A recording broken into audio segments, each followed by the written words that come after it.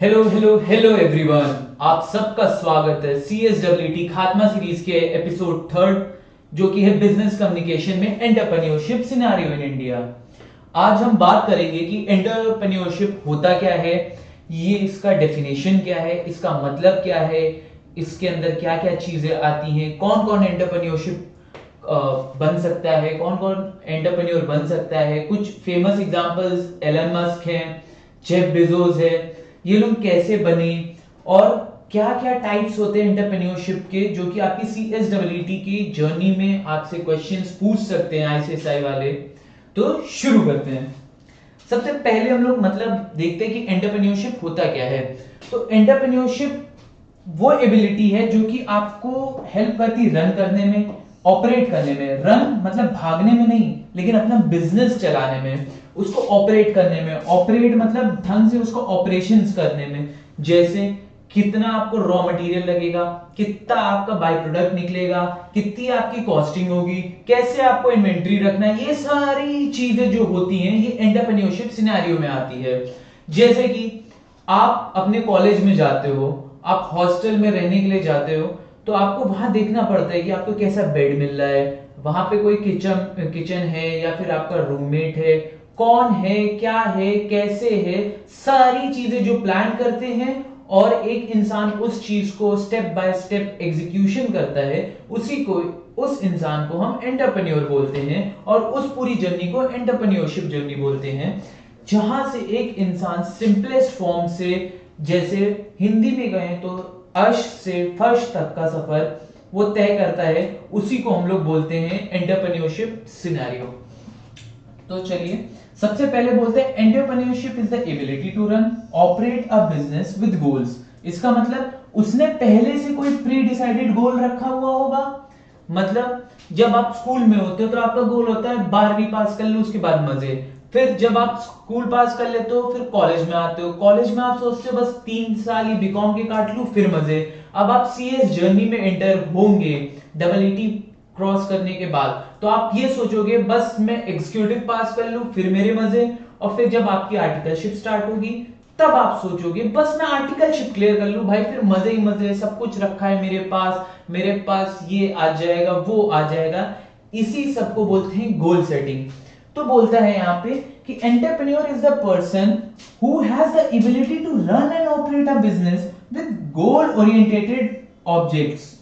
गोल orientated objects का मतलब उसके पास पहले से एक गोल है, वो उसी की डायरेक्शन में जाता है। जैसे एक इंसान 11 साल का होता, 11th क्लास में आता है, वैसे उसका सबसे पहला गोल होता है कि उसको एक गर्लफ्रेंड चाहिए। सेम यहाँ पे एंटरप्रेन्योर का गोल होता है, उसको गर्लफ्रेंड नहीं चाहिए होती है, बट उसको अपना एक बिजनेस, उसका एक जो आइडिया होता है उसको वो अचीव करना होता है। इसीलिए उसके अंदर वो एबिलिटी होती है कि मैं वो कैसे उस चीज के लिए भागूं और उस चीज को मिलने के बाद मैं उसे कैसे ऑपरेट करूं। जैसे जब भी 14th फेब आती है, वैलेंटाइंस डे, तो सबका एक ही गोल होता है, कैसे आज मुझे एक वैलेंटाइन मिल जाए। तो उससे पहले आप जनवरी से स्टार्ट कर देते हो उस चीज की तरफ भागने के लिए।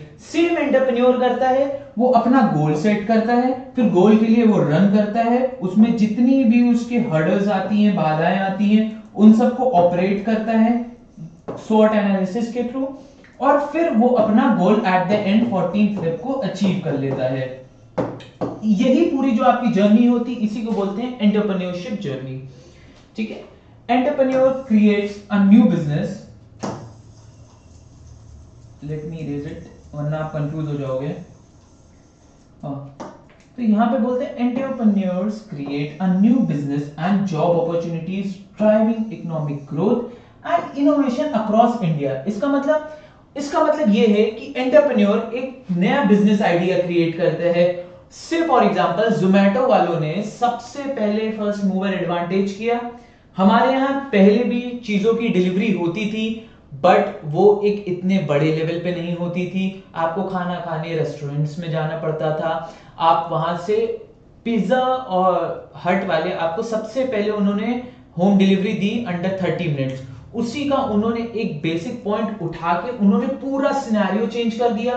जोमेटो से कितनी सारी जॉब्स क्रिएट हुई।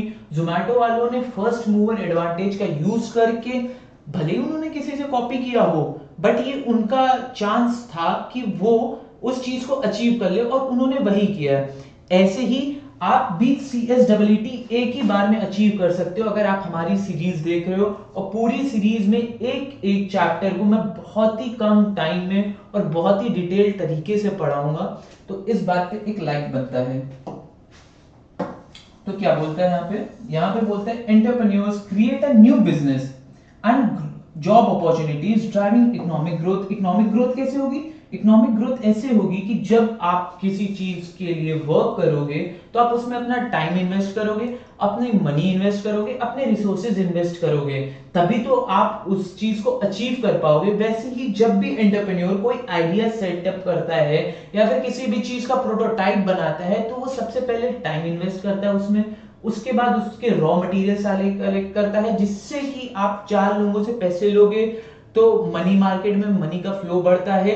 भले वो एक छोटे स्केल पे हो चाहे वो एक बड़े स्केल पे हो, वो धीरे धीरे ग्रेजुअली इफेक्ट डालता है आपका सारी चीजों पे, और वो इनोवेशन करता है। जैसे कि सबसे बेस्ट एग्जांपल है शार्क टैंक इंडिया का। उसमें कई सारे ऐसे इनोवेटर्स आए जिन्होंने बिना किसी फंडिंग के या फिर बिना किसी बड़े एंजल इन्वेस्टर्स के उन्होंने अपने जो स्टार्टअप को है बहुत ही फ्लो लेवल से बहुत ही ऊपर लेवल तक ले गए हैं। और अगर इसमें एक एग्जांपल और रखे एंटरप्रेन्योर का तो वो होंगे फ्लाइंग बीस्ट, जिन्होंने अपना व्लॉगिंग के साथ साथ एक अपना बीस्ट लाइफ का फैक्ट्री सेटअप की जिसमें वो अपना जिम प्रोडक्ट्स और सारे प्रोडक्ट्स बनाते थे। और साथ ही साथ उन्होंने फिर देखा कि जब मार्केट शिफ्ट हो रही है, उनके पास कॉम्पिटिटर्स हैं अच्छे खासे, तो वो गाय का घी लेके आए जो I think so A3 name से है और वो भी बहुत अच्छा प्रोडक्ट है। तो let's move on to the next thing. अब हम आते हैं टाइप ऑफ एंटरप्रेन्योर्स। एंटरप्रेन्योर्स के कौन कौन से टाइप होते हैं? तो सबसे पहला हमारा है इनोवेटिव एंटरप्रेन्योर्स। ये वो एंटरप्रेन्योर्स होते हैं जो एकदम नई चीजें सोचते हैं और ये प्रॉफिटेबिलिटी की तरफ चलते हैं।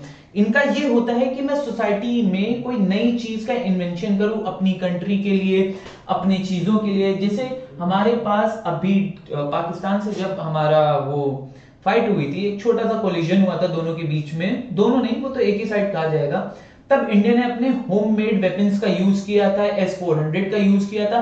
तो वो सब यूज कैसे कर पाए? जब DRDO के जो साइंटिस्ट थे वो इनोवेशन की ओर चले कि हाँ मुझे कुछ डिफरेंट करना है। वैसे ही होते हैं इनोवेटिव एंटरप्रेन्योर्स जो कि अपने बिजनेस ग्रोथ के लिए कोई नए आइडियाज, कोई नई चीजें एक्वायर करते हैं। हो सकता है वो किसी चीज का बाय प्रोडक्ट हो जिसपे किसी ने पहले से ध्यान ना दिया हो, बट उसको कैसे एक अच्छे फॉर्म में यूटिलाइज करें, इसी कैटेगरी में आते हैं इनोवेटिव एंटरप्रेन्योर्स। सेकंड है हमारे सोशल एंटरप्रेन्योर्स। ये होते हैं काइंड ऑफ NGOs। ये वो एंटरप्रेन्योर्स होते हैं जो आगे जाके अपनी NGO ओपन कर लेते हैं। NGO यानी नॉन गवर्नमेंट ऑर्गेनाइजेशंस या फिर NPOs, not for profit organisations, जो कि सोसाइटी के लिए वर्क करते हैं।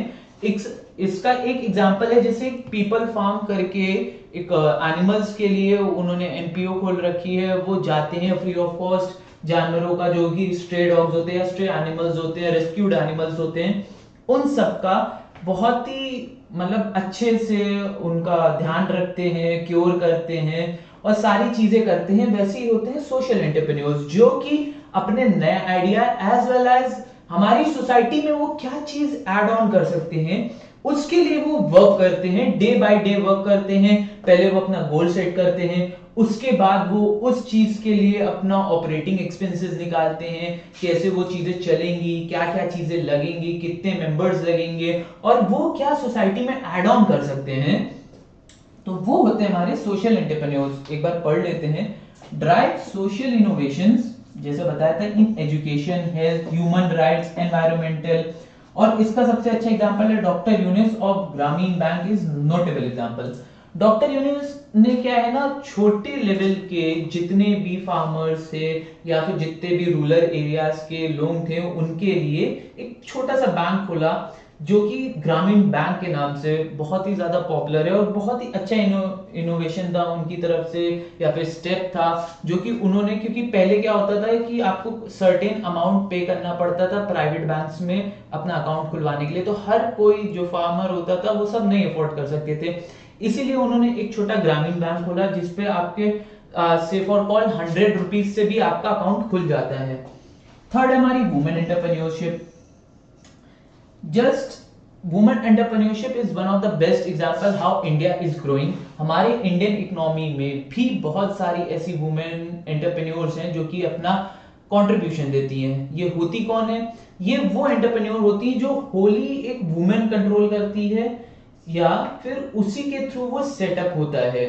जैसे इसका एग्जांपल ले तो मामा अर्थ की जो फाउंडर हैं, उन्होंने अपने दम पे, या फिर आपकी जो शुगर कॉस्मेटिक्स की जो कि फाउंडर हैं, उन्होंने अपने दम पे सारी चीजें स्टार्ट की, सारा रिसर्च किया, सारा एनालिसिस किया, स्वॉट एनालिसिस किया, कहां पर उनको कितना इन्वेस्ट करना चाहिए, कहां पे उनको फंडिंग रेज करनी चाहिए, या फिर उन्हें कहां से रॉ मटेरियल बनाना चाहिए ताकि वो एक बहुत अच्छा प्रोडक्ट फॉर फीमेल्स दे सके।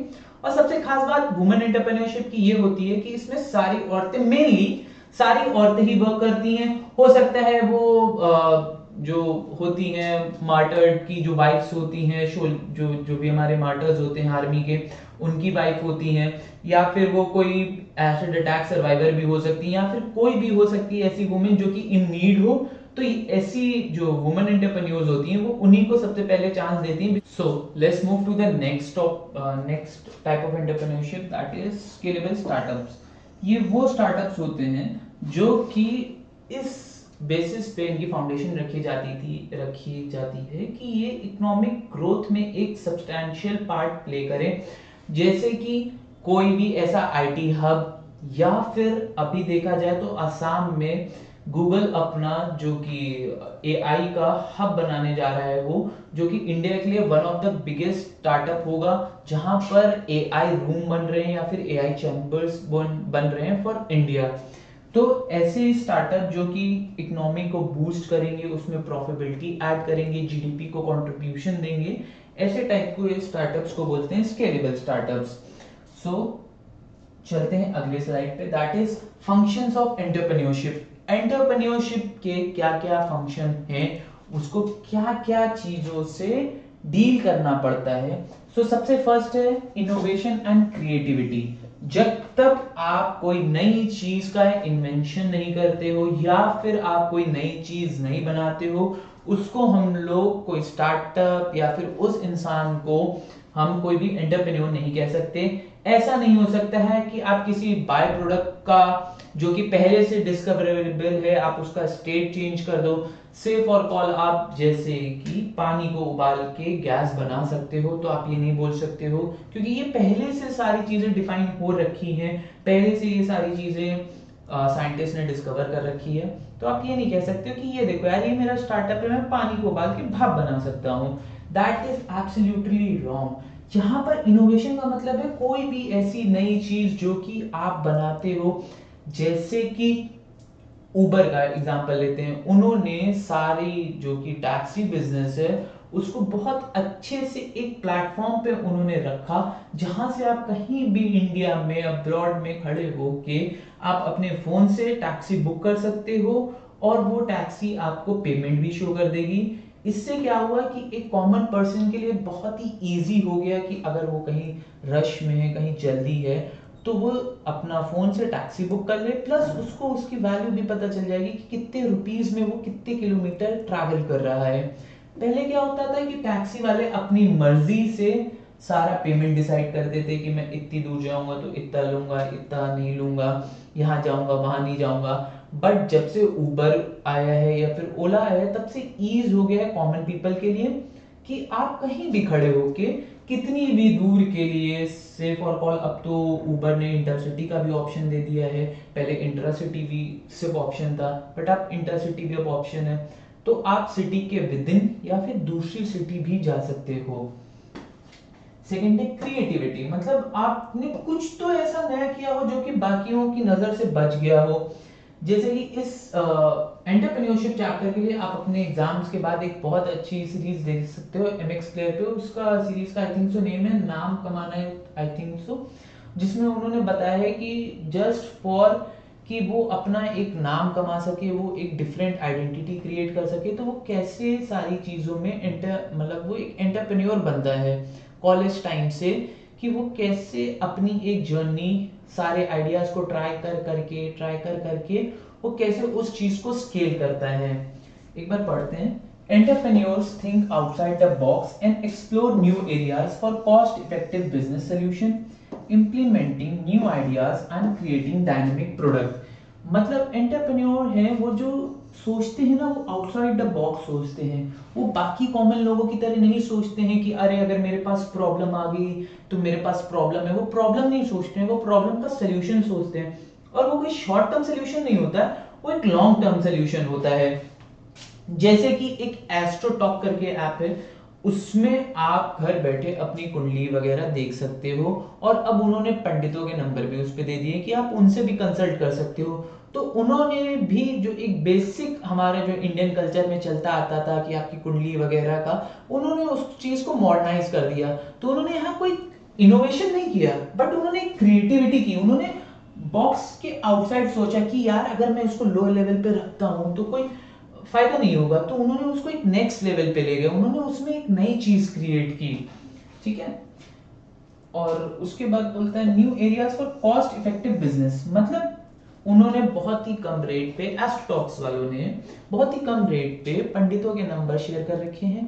पर आर उन्होंने बता रखा है कि हाँ आप इतना इतने घंटे का कमा सकते हो, मतलब आप स्पेंड करो तो आपको पंडित कंसल्ट कर देगा। ठीक है, आई होप समझ गए होंगे। सेकंड है रिस्क मैनेजमेंट। मतलब कोई भी बिजनेस आप जब स्टार्ट करते हो, चाहे वो छोटे लेवल का हो चाहे वो बड़े लेवल का हो, उसमें सर्टेन रिस्क इन्वॉल्व रहते हैं। इस पूरे टॉपिक पे आपका एक चैप्टर है in CS professional in subject ESG, economic and social governance, that is chapter number 18 risk management. कि एक बिजनेस में, स्टार्टअप में या फिर किसी कंपनी में क्या क्या रिस्क हो सकते हैं और उन रिस्क से कैसे आप डील कर सकते हैं। इसका एक बहुत ही रिलेटेबल एग्जांपल मैं देता हूं। आपकी गर्लफ्रेंड होगी, उसका एक बेस्ट फ्रेंड होगा। तो आपको पता है सबसे बड़ा रिस्क आपके लिए क्या है, उसका बॉय बेस्ट फ्रेंड, आपकी गर्लफ्रेंड का। तो वैसे ही हमारे एंटरप्रेन्योरशिप की जर्नी में, हमारे स्टार्टअप के लिए आपके पास कुछ सर्टेन रिस्क रहते हैं, जो कि रहते हैं आपके competitors, raw materials, costing, direct labour या फिर इनडायरेक्ट एक्सपेंसेस आपके। तो वो सारी चीजें मैनेज करना, वो और उन सबको टैकल करके अपने बिजनेस को या फिर अपने आप को कैसे ग्रो करना है, that is called risk management. इसमें एक पॉइंट आता है दैट इज स्वॉट analysis. That is strength, W stands for weakness, O stands for opportunity and T stands for threat. That is SWOT analysis. SWOT analysis क्या बोलते हैं कि आप अपनी जो भी स्टार्टअप है उसका स्ट्रेंथ जानो, फिर आप उसकी वीकनेस जानो, उसके बाद आप देखो कि आपके पास क्या अपॉर्चुनिटी है, कौन सी फील्ड्स में आप अपनी स्ट्रेंथ के साथ और अपनी वीकनेस को टैकल करते हुए ग्रो कर सकते हो। That is opportunity and threat. आपके पास थ्रेट क्या क्या है। कुछ कुछ ऐसे बिजनेस होते हैं जो कि सीजनल बिजनेस होते हैं। से फॉर कोल्ड ड्रिंक, वो एक सीजनल बिजनेस है जो कि आपका जून के मंथ में या फिर मई के मंथ में पीक पे रहता है, क्योंकि उस टाइम गर्मी ज्यादा होती है। तो वो कैसे उस चीज को टैकल करेंगे कि वो ऑल 12 मंथ्स आपका चलता रहे। एंड थ्रेट मतलब उस चीज के कॉम्पिटिटर्स, उसके कॉम्पिटिटर कौन कौन है, दैट इज योर स्वॉट एनालिसिस। आई होप समझे होंगे।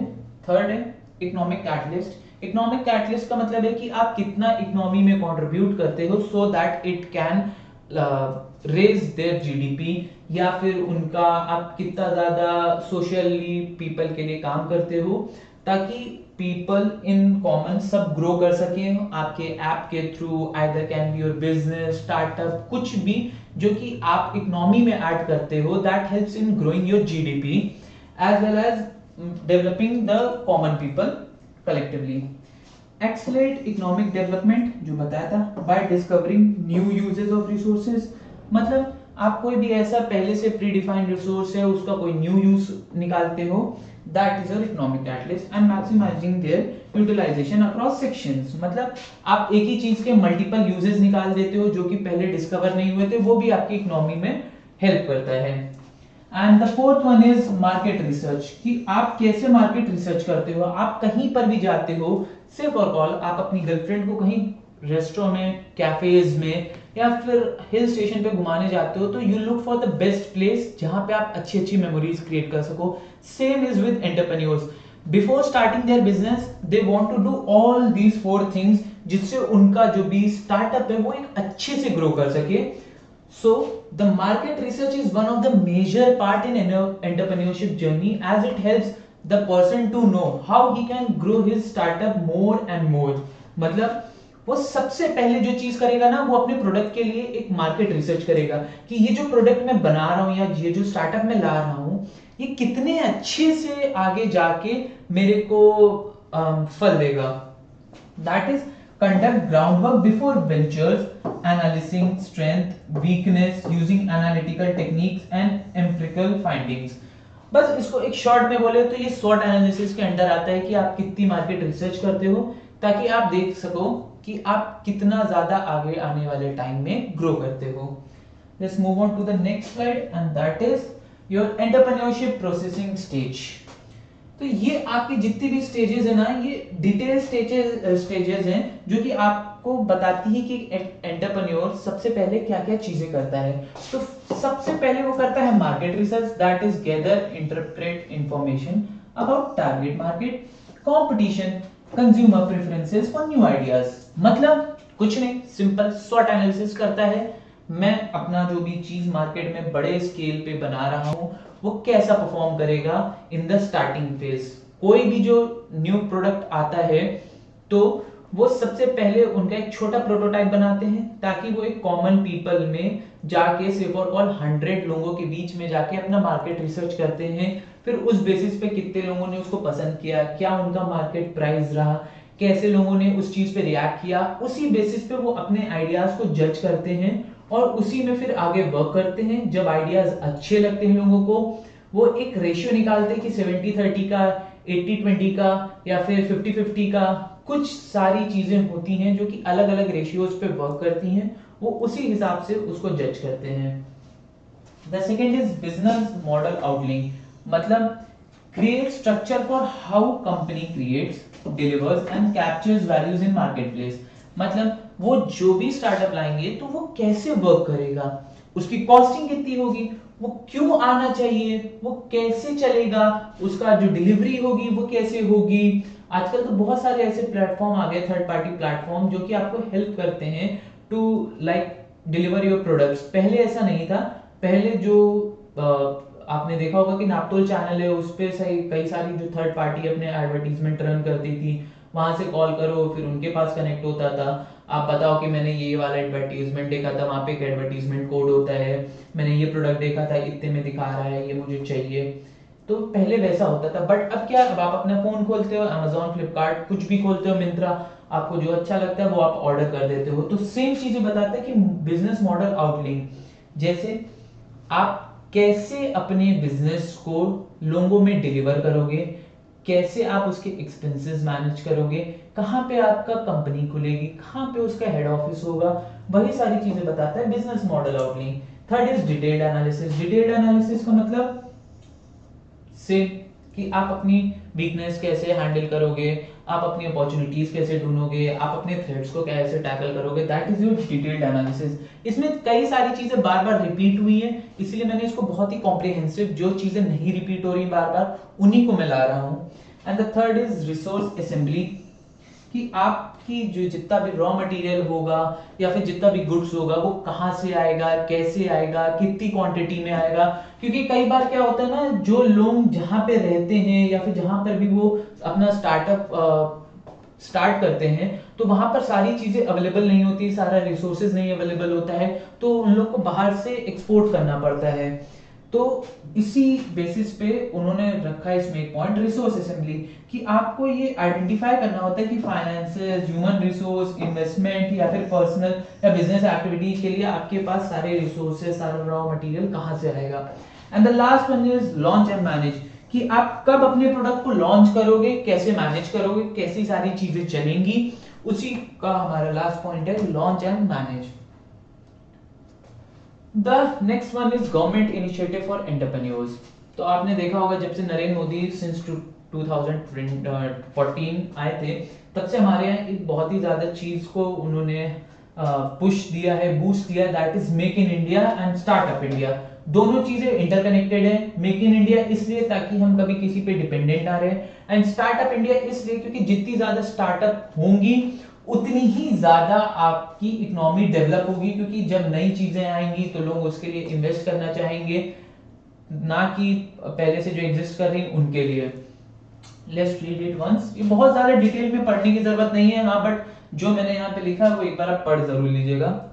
Launch September 2014 to transform India into a global manufacturing hub, covers 25 key sectors including automobiles, electronic, textile and IT. इसका भाई उन्होंने ऊपर ऊपर से बताया है कि 2014 में आया था, कितने सारे सेक्टर्स को ये जो है कवर करता है।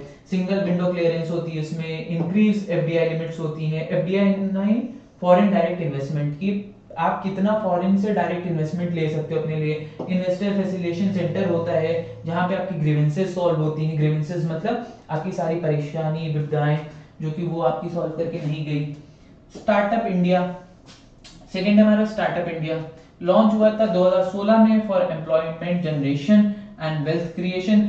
जब जब हमारे honourable prime minister PM Modi बोलते हैं कि हम इतनी सारी जॉब्स लाएंगे, तो इसका ये मतलब नहीं होता कि वो गवर्नमेंट जॉब ही ला रहे हैं खाली। उनका ये मतलब होता है कि हम इतना अच्छा अपना इंडिया में स्पेस क्रिएट करेंगे ताकि नई नई जॉब्स क्रिएट हो, ताकि नए नए लोग आए, नई नई चीजें इन्वेंशन हो। उनका मतलब ये होता है। बट ठीक है, इंडिया में वैसे भी ज्यादा कोई ध्यान नहीं देता है किसी पे। Over 1.40 lakh startups recognized as of June 2024। ये मैंने आपके मॉड्यूल से बनाया है, इसलिए जून 2024 का डेटा है यहाँ पे। बट अभी ये बहुत ज्यादा बढ़ चुका है, 3-4 लाख हो चुका है। और इसके अब थोड़े प्रॉफिट बता रखे हैं कि 3 से 3 साल का इनकम टैक्स एग्जम्पशन होता है, 80% पेटेंट कॉस्ट रिबेट होता है, यानी कि आप कोई भी नई चीज इन्वेंट करते हो तो उसमें आपको एक पेटेंट कॉस्ट देना पड़ता है, जो कि आपका ECIPL में आएगा। इसका चैप्टर है आपका I think so chapter number 14 patent act. उसके बाद है फास्ट ट्रैक पेटेंट एग्जामिनेशन होता है, उसमें आप पूरा प्रोसीजर पढ़ोगे कि कैसे पेटेंट होता है, क्या चीजें पेटेंट होती हैं, पेटेंट क्यों करवाना जरूरी होता है, वो सब आपका ECIPL में पढ़ोगे आप। उसके बाद है नेक्स्ट है इजियर कंप्लायंस नॉर्म्स।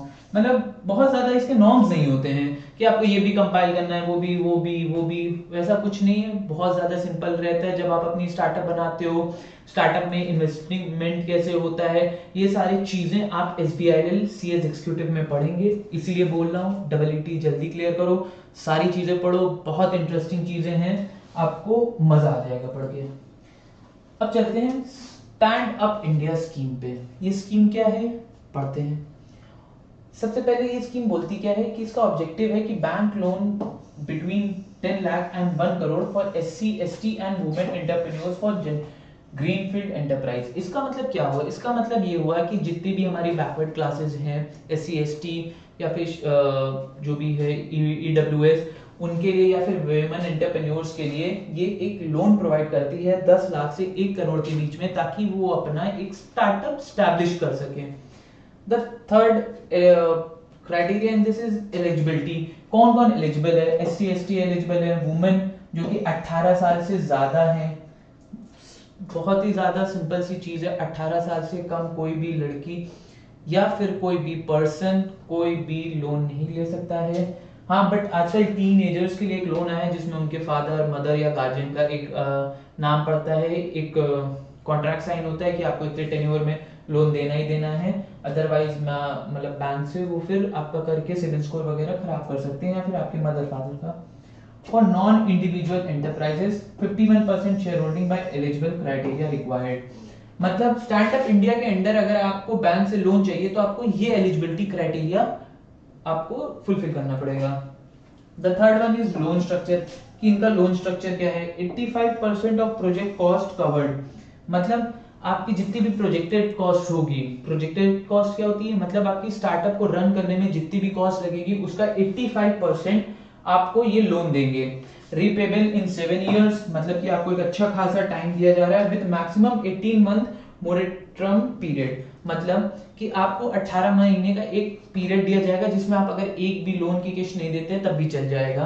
18 महीने आप समझ सकते हो कि एक साल में 12 महीने होते हैं, 2 साल में 24 होते हैं, यानी आपको 2.5 साल का टाइम दिया जाएगा कि आप अगर उसमें एक भी लोन की किस्त नहीं देते हो। कभी कभी होता है कुछ बिजनेसेस होते हैं जो कि सीजनल होते हैं, ऑफ सीजन में नहीं चलते हैं, तो उसमें आप एक भी अगर किस्त नहीं देते हो तब भी आपका कोई दिक्कत नहीं होगी।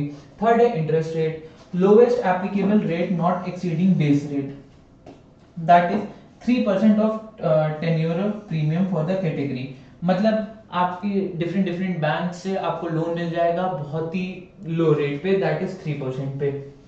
And next moving to Skill India and PMKVY, that is प्रधानमंत्री कौशल विकास योजना 4.0। ये क्या है प्रधानमंत्री कौशल विकास योजना? प्रधानमंत्री कौशल विकास योजना वो है जो कि रूरल एरियाज में अबव 18 एंड अंडर 40 लोगों को जाके, जो कि 10th और 12th पास हैं, उनको जाके पहले एक 60 डेज या फिर 600 आवर्स का, 600 to 900 आवर्स है आई थिंक सो, हाँ 300 to 600 आवर्स की आपको एक ट्रेनिंग देते हैं, फिर आपको वो प्लेसमेंट करवाते हैं। ऐसी कई सारी एनजीओज या फिर कई सारी कंपनीज चल रही हैं, इसी को डिटेल्ड में मैंने यहाँ पे लिख रखा है। That is short term training, जो कि NSQF अलाइंड कोर्सेज होते हैं, उसमें कई सारे कोर्सेज होते हैं, सिलाई करना, सिक्योरिटी गार्ड, आपका डिलीवरी गाय एजेंट बनना, एक्सेट्रा एक्सेट्रा। वैसे आई थिंक सो अराउंड 2400 से अराउंड 2400 कुछ ऐसे कोर्सेज हैं जिसके अंडर आप जो है उसमें 300 to 600 आवर्स की ऑन जॉब ट्रेनिंग लेते हो, और उसके बाद आपको एक इंडस्ट्री में जिसके भी अराउंड आपने ट्रेनिंग ली होगी उसमें आपको काम मिल जाता है। रिकॉग्नाइजेशन ऑफ प्रायर लर्निंग, मतलब पहले से आपने जो भी सर्टिफिकेशन किया होगा, आपने जो भी चीजें अचीव की होंगी, उसका भी उसमें ध्यान रखा जाता है कि आप अगर पहले से कहीं अचीवमेंट कुछ अचीव कर रखा है या फिर आपके पास C++, जावा ऐसे कोई कोर्सेज का आपके पास सर्टिफिकेशन है तो उससे रेलेवेंट जॉब आपको मिल सकती है। And third is special project, that is focus on marginalised groups, difficult geographies and new ages job roles with future skills, मतलब कई सारे हमारे इंडिया में ऐसे स्टेट्स हैं जो कि हिली रीजन्स के हैं, जहां पे स्कूल बहुत दूर रहे हैं, या फिर वहां की डेमोग्राफी ऐसी रही है, जियोग्राफी ऐसी रही है, जो कि वहां के लोगों को बहुत ही ज्यादा डिफिकल्टीज पहुंचाती है पढ़ने में, आगे बढ़ने में, जॉब्स देखने में, तो वहां पे PMKY आपका हेल्प करता है। The next one is business environment, that is business environment के की फैक्टर्स क्या क्या हैं। जितना भी अभी तक मैंने पढ़ा है ये सब एंटरप्रेन्योरशिप के अंडर ही आता है, उस सारी चीजों के डिफरेंट डिफरेंट फैक्टर्स हैं, डिफरेंट डिफरेंट स्टेटस हैं, उसी में एक आता है हमारा बिजनेस एनवायरनमेंट की फैक्टर्स, मतलब बिजनेस एनवायरनमेंट के, जो कि आप एंटरप्रेन्योरशिप में हो, आप एक स्टार्टअप क्रिएट कर रहे हो, तो उसके क्या क्या फैक्टर्स आपको ध्यान रखना पड़ेगा ताकि आप एक अच्छा स्टार्टअप क्रिएट कर सको। The first one is political environment, मतलब अलग अलग पॉलिटिकल पार्टीज की अलग अलग पॉलिसीज होती हैं, अलग अलग स्टेट्स की पॉलिसीज होती हैं, आपको उन सब के साथ हैंड टू हैंड चलना होगा ताकि वो आपको कोई दिक्कत ना दे और ना ही आप उनको कोई दिक्कत दें। कई सारे ऐसे एरियाज हैं इंडिया में अभी जहां पे लैंग्वेज को लेके कोई विवाद चल रहा है, तो अगर आप नॉर्दर्न रीजन में रहते हैं और आप सदर्न रीजन में जाते हो कोई स्टार्टअप करने, या फिर आप अपनी वहां पे एक फैक्ट्री खोलते हो, सेटअप करते हो, तो वहां की जो पॉलिटिकल पार्टीज है वो आपको एक ऐसा एटमॉस्फेयर दे पाए जहां पे आपके लिए बिजनेस सेट करना बहुत ही आसान हो। इसका one of the best example है गुजरात, जहां पे सारी बड़ी बड़ी कंपनीज अपना एक बिजनेस हब सेट की है।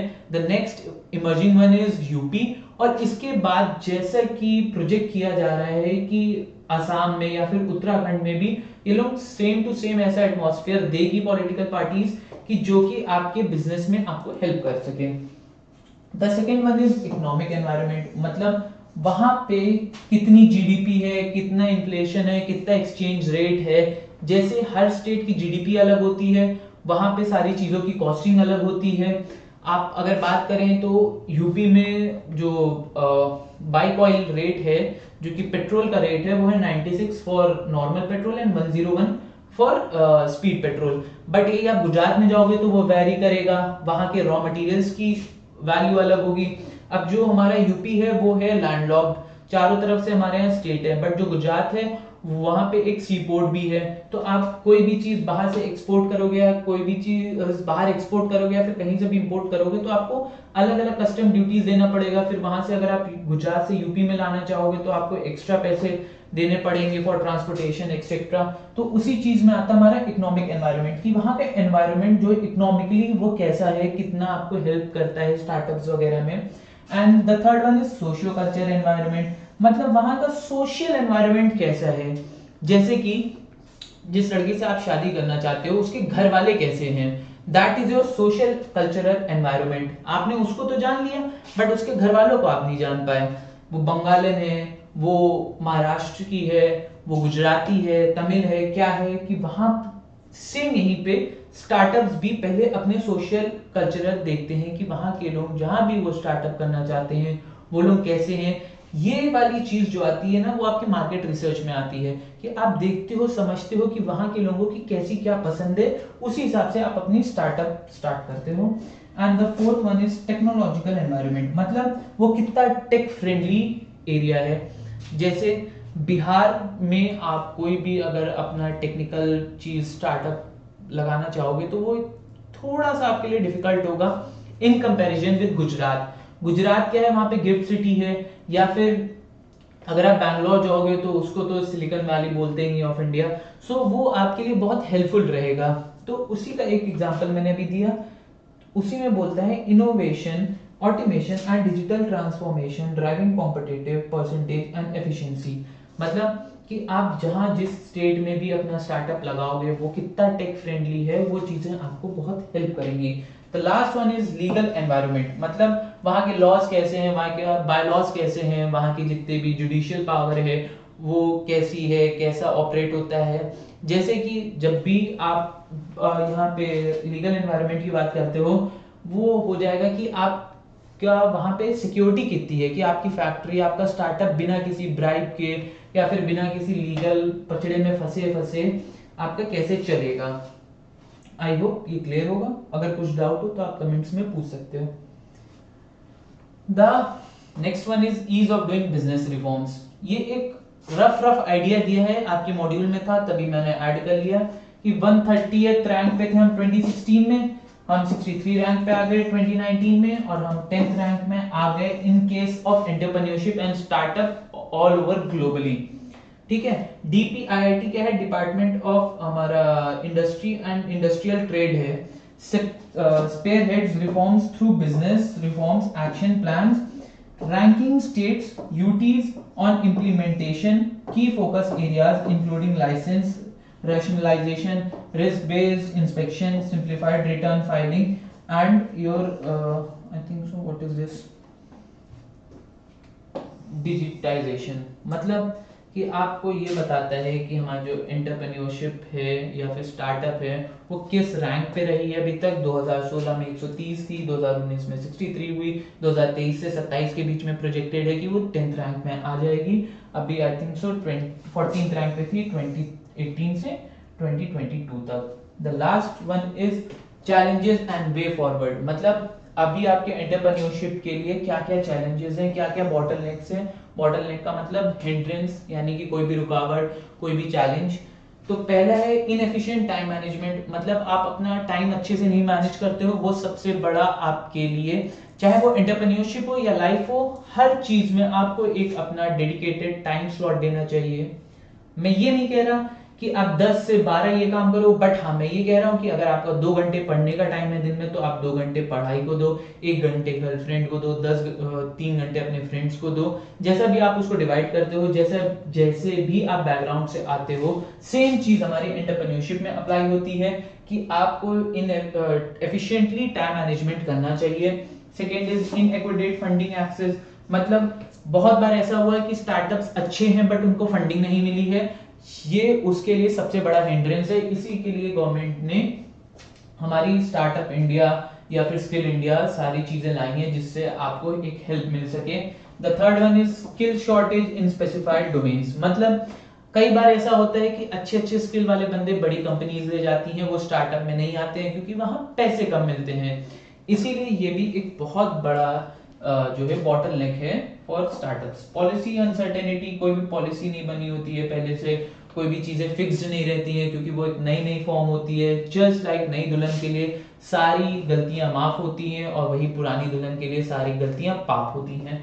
And the last one is small और नॉन एग्जिस्टेंट नेटवर्क। मतलब जो भी स्टार्टअप होते हैं उनका स्टार्टिंग में जितना नेटवर्क होता है वो बहुत छोटा होता है, और जो बड़ी बड़ी कंपनीज होती हैं उनका नेटवर्क पहले से स्टैब्लिश रहता है और बहुत अच्छा होता है, तो वो सोचती है कंपटीशन आने से पहले ही उस कंपटीशन को किल कर दूं।